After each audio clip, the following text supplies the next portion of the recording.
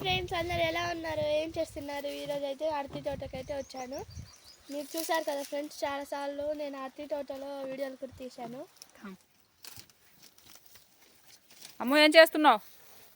చెట్లు పడిపోకుండా కట్టెలు పెడుతున్నా.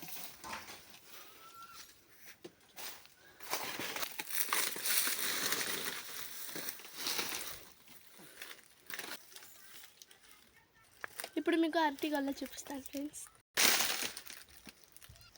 దాని బరువుతో చెట్లు కింద పడిపోతున్నాయి ఫ్రెండ్స్, అందుకే కట్టెలు పెడుతున్నాం.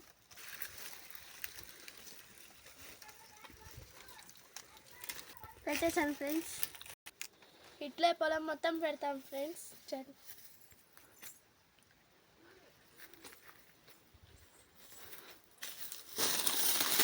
అమ్మో,